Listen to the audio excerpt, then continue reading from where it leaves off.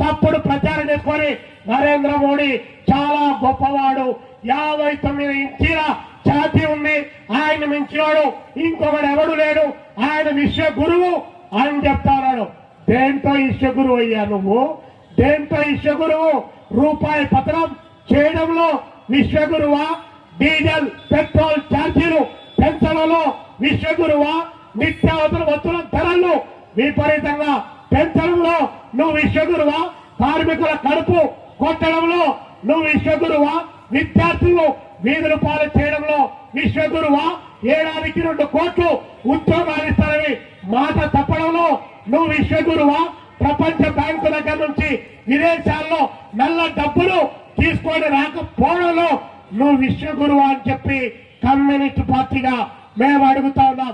ఇది నరేంద్ర మోడీ గారి ఆట అయిపోయింది. ఆట అయిపోవడానికే కమ్యూనిస్ట్ పార్టీ ఈ రోజు అలాంటి పిలిపించింది. బదలావో జరూరీ హై, మార్పు అన్నటువంటిది అనివార్యంగా రావాలి.